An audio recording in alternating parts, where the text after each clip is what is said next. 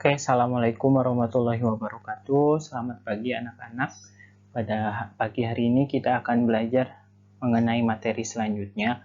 Pada pertemuan yang lalu kita sudah mempelajari tentang kondisi fisik wilayah Indonesia. Nah, untuk saat ini kita akan membahas mengenai dinamika penduduk di Indonesia. Baik, kita mulai saja materi pagi hari ini. Yang pertama, kita mulai dari pertanyaan, apa sih yang dimaksud dengan dinamika penduduk? Nah, dinamika penduduk itu adalah perubahan jumlah penduduk pada suatu wilayah. Jadi mohon diingat bahwa yang dimaksud dinamika penduduk adalah perubahan jumlah penduduk pada suatu wilayah. Nah, ada 3 faktor yang menyebabkan perubahan jumlah penduduk tersebut. Yang pertama yaitu diakibatkan oleh kelahiran, yang kedua kematian, dan yang ketiga migrasi. Nah, kita mulai dari pertanyaan yang pertama. Berapa jumlah penduduk di Indonesia?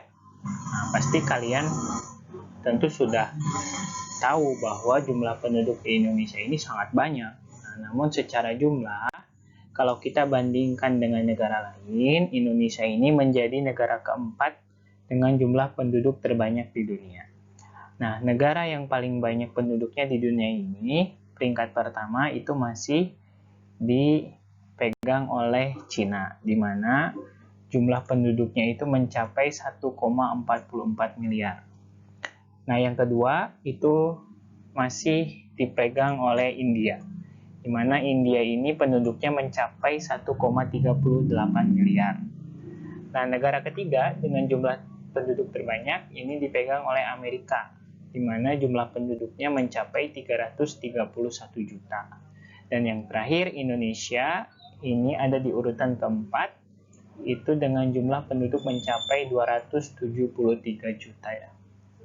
Kurang lebih ya, ini hasil sensus yang dilakukan pada tahun 2019. Nah, sebetulnya ada dampak positif dan negatif dari jumlah penduduk yang banyak. Ya, seperti yang tadi Bapak jelaskan bahwa jumlah penduduk di Indonesia ini ada di urutan keempat terbanyak di dunia. Nah, dampak positifnya, jumlah penduduk usia produktifnya berlimpah. Karena kebanyakan jumlah penduduk Indonesia itu ada pada usia produktif. Usia produktif itu usia di mana seseorang masih mampu untuk bekerja. Nah, sedangkan dampak negatifnya adalah jumlah penduduk yang banyak tersebut meskipun berusia produktif namun bisa menjadi kerugian bila jumlah penduduk yang besar itu memiliki kualitas yang rendah. Nah, kualitas yang rendah itu biasanya ditentukan oleh 3 faktor. Yang pertama yaitu tingkat pendidikannya yang rendah, yang kedua tingkat kesehatannya yang buruk, dan yang ketiga tingkat perekonomiannya yang masih ada di bawah garis kemiskinan. Nah, selanjutnya, sayangnya jumlah penduduk yang sebegitu banyak tidak diikuti dengan persebaran penduduk yang merata. Nah, kalau kalian perhatikan, sebelumnya persebaran penduduk itu adalah bentuk penyebaran penduduk di suatu wilayah atau negara, apakah penduduk tersebut tersebar merata atau tidak. Nah, sayangnya di Indonesia itu jumlah persebarannya tidak merata. Dari 273 juta penduduk Indonesia, itu kebanyakan tinggalnya ada di wilayah Pulau Jawa. Bahkan hampir 57,12%-nya itu bertempat tinggal di Pulau Jawa. Sedangkan di wilayah-wilayah yang lain, meskipun luas wilayahnya lebih luas, tapi jumlah penduduknya relatif lebih sedikit. Sebagai contoh di Papua, itu hanya ada 1,6% saja, atau hanya 4,1 juta jiwa dari keseluruhan populasi yang ada di wilayah Indonesia. Nah, hal ini menyebabkan ketimpangan pembangunan, juga kemerataan kesejahteraan pada rakyat Indonesia. Kebanyakan pembangunan di wilayah Pulau Jawa itu lebih maju jika dibandingkan dengan pulau-pulau lainnya. Hal ini juga berakibat bahan pokok di wilayah selain Jawa itu mengalami kenaikan yang signifikan. Sebagai contoh, di Papua, harga bahan pokok itu bisa mencapai 5 kali lipat harganya dengan harga bahan pokok di wilayah Pulau Jawa. Satu bungkus Indomie itu bisa berharga 10.000. Sedangkan di Pulau Jawa harganya 2.500. Nah, hal inilah yang membuat ketimpangan ekonomi menjadi tidak merata. Nah, mengapa Pulau Jawa ini bisa sangat padat atau hampir 60% warga Indonesia tinggal di Pulau Jawa? Ini ternyata dipengaruhi oleh banyak faktor. Yang pertama, Pulau Jawa itu tanahnya subur. Jadi ini sudah ditakdirkan oleh Allah Subhanahu wa taala bahwa Pulau Jawa ini menjadi pulau yang sangat subur. Bahkan kesuburannya ini menjadi salah satu faktor penarik datangnya bangsa-bangsa Eropa pada abad ke-16. Yang kedua, kita tahu juga bahwa di Pulau Jawa ini merupakan pusat perkembangan politik bahkan sejak zaman kerajaan. Kita tahu bahwa banyak kerajaan-kerajaan pada masa Hindu, Buddha, maupun Islam hingga masa kolonial Belanda, juga penjajahan Jepang, bahwa pusat-pusat perkembangan politik itu adanya di Pulau Jawa. Yang ketiga, sarana prasarananya memadai. Di Pulau Jawa itu infrastruktur jalan, pelabuhan, bandaranya sudah sangat lengkap, sehingga hilir mudik orang juga menjadi lebih mudah. Dan yang terakhir, kita tahu bahwa pusat pemerintahan Republik Indonesia atau ibu kotanya itu terletak di Pulau Jawa, yaitu di kota Jakarta. Nah, tapi bukan berarti bahwa pemerintah tinggal diam dengan kondisi tersebut. Nah, pemerintah telah melakukan beberapa upaya untuk memeratakan persebaran penduduk dan pembangunan. Di antaranya yang pertama yaitu pemerataan pembangunan. Salah satunya adalah dibangunnya jalan Trans Papua di Pulau Papua. Jadi pada zaman Pak Jokowi ini pembangunan itu dipusatkan di wilayah-wilayah selain Pulau Jawa. Nah, yang kedua, ada juga wacana pemindahan ibu kota. Jadi, ibu kota itu rencananya pada tahun 2024 atau 2025 akan pindah dari Jakarta ke Pulau Kalimantan. Nah, ini nanti akan diikuti pula oleh perpindahan sebagian penduduk yang ada di Pulau Jawa ke Pulau Kalimantan. Dan yang ketiga, ini program transmigrasi. Program transmigrasi ini sudah digagas sejak lama. Jadi banyak program-program pemerintah yaitu dengan memindahkan penduduk dari wilayah yang padat ke wilayah yang lebih tidak padat. Contohnya seperti ke Pulau Sumatera, Pulau Kalimantan, Sulawesi, bahkan hingga ke Papua. Nah, yang selanjutnya ini kita akan membahas mengenai komposisi penduduk. Nah, apa yang dimaksud dengan komposisi penduduk? Komposisi penduduk adalah pengelompokan penduduk berdasarkan usia atau umur, jenis kelamin, mata pencaharian, agama, bahasa, pendidikan, tempat tinggal, jenis pekerjaan, dan lain-lain.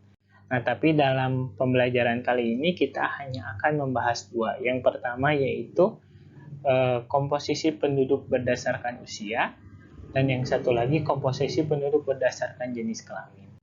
Nah, berdasarkan usia kita mengenal tiga jenis pengelompokan. Yang pertama yaitu disebut dengan usia belum produktif. Usia belum produktif ini antara usia 0 hingga 14 tahun. Kenapa disebut belum produktif? Sebab kelompok usia ini belum bekerja atau masih dalam tanggungan orang tua. Nah, yang kedua, kelompok usia produktif. Kalau usia produktif ini antara usia 15 hingga 64 tahun. Nah, usia pada kelompok ini merupakan usia produktif, sebab pada usia ini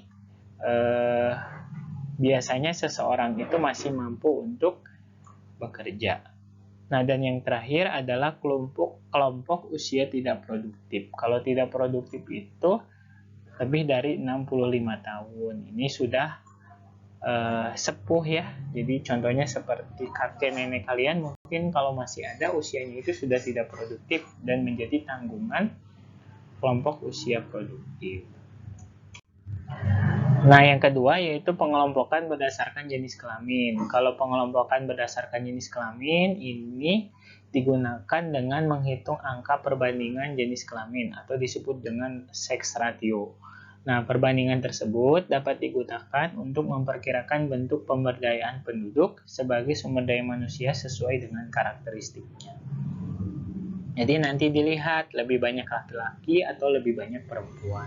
Nah, nanti kebanyakan dari jumlah jenis kelamin tersebut, perbandingan dua jenis kelamin tersebut kemudian akan dibuat program-program pemberdayaan. Sebagai contoh, mungkin kalau untuk kelompok perempuan nanti keterampilan yang dilatihnya apa, untuk laki-laki seperti apa. Nah, dan pembahasan yang keempat selanjutnya yaitu mengenai pertumbuhan penduduk. Nah, apa itu pertumbuhan penduduk? Pertumbuhan penduduk adalah keseimbangan dinamis antara kekuatan yang menambah dan kekuatan yang mengurangi jumlah penduduk. Nah, kita lihat ada dua faktor. Jadi ada kekuatan menambah. Ini akan menambah jumlah penduduk. Di antaranya adalah kelahiran dan imigrasi. Dan kekuatan mengurangi. Kalau mengurangi ini nanti mengurangi jumlah penduduknya. Di antaranya ada dua faktor. Yang pertama kematian dan yang kedua emigrasi. Nah, jika pada suatu wilayah ada kelahiran, maka otomatis daerah tersebut akan bertambah jumlah penduduknya. Nah, sebaliknya jika pada suatu wilayah ada kematian, maka otomatis daerah tersebut akan berkurang jumlah penduduk. Dan yang ketiga ada migrasi. Nah, kalau migrasi ini ada dua istilah. Yang pertama imigrasi. Kalau imigrasi itu sifatnya menambah, yaitu masuknya seseorang ke dalam suatu wilayah. Sedangkan emigrasi sebaliknya. Kalau imigrasi masuk, kalau emigrasi keluar. Jadi dalam arti lain, emigrasi ini mengurangi jumlah penduduk. Nah, ini tingkat pertumbuhan penduduk di Indonesia. Jadi dalam 1 tahun, itu diperkirakan jumlah penduduk Indonesia ada pada kondisi sedang, yaitu pertumbuhannya naik 1,1% dari jumlah penduduk. Jadi kalau tadi hitungannya 273 juta, maka dalam 1 tahun itu diperkirakan jumlah penduduknya bertambah sekitar 2,7 hingga 3 juta penduduk. Makanya diproyeksikan pada tahun 2045 jumlah penduduk kita akan mencapai lebih dari 370 juta jiwa. Nah, ini nanti akan jadi tantangan yang besar. Sebab semakin banyak jumlah penduduk juga harus diikuti dengan peningkatan kualitas penduduknya. Nah, yang selanjutnya, bagaimana cara kita mengukur kualitas penduduk di Indonesia? Nah, ada 3 cara kita mengukur kualitas penduduk di Indonesia. Yang pertama melalui pendidikan, yang kedua kesehatan, dan yang ketiga ekonomi. Nah, jadi selanjutnya kita juga tahu bahwa masyarakat di Indonesia itu punya keragaman etnik dan budaya. Nah, diperkirakan itu ada 1128 suku bangsa yang ada di Indonesia. Nah, keragaman budaya itu diantaranya bisa kita lihat dalam bentuk budaya fisik. Sebagai contoh, ini ada rumah tradisional atau rumah adat Honai. Ini merupakan rumah tradisional masyarakat di Papua. Keragaman budaya ini bisa dipengaruhi oleh faktor lingkungan. Nah, ini kenapa bentuk rumah di masyarakat adat Papua itu bentuknya seperti ini, karena memang kondisinya panas. Nah, berbeda dengan rumah tradisional yang ada di Pulau Jawa. Nah, selain rumah, ada juga budaya fisik lainnya, diantaranya adalah pakaian adat. Nah, ini contohnya pakaian adat Aceh. Di wilayah kita juga, di wilayah Sunda juga kita mengenal pakaian adat yang berbeda ya. Nah, terus yang ketiga juga bisa dalam bentuk alat musik. Nah, ini yang mungkin kalian sudah kenal, namanya angklung, salah satu kekayaan keragaman budaya yang ada di Indonesia, terutama ada di wilayah Jawa Barat. Ini menggunakan kita mengenal ada alat musik angklung. Dan yang terakhir ini juga disebut sebagai keragaman budaya, yaitu tarian tradisional. Salah satunya jaipong. Kita sebagai orang Sunda juga harus mampu memberdayakan, menjaga tradisi dan budaya kita. Sebab semakin hari kita tahu bahwa semakin banyak budaya-budaya asing yang juga masuk ke wilayah Indonesia. Nah, itu saja untuk penjelasan kali ini. Kalau kurang mengerti nanti bisa tanyakan ke Bapak. Terima kasih atas perhatiannya. Assalamualaikum warahmatullahi wabarakatuh.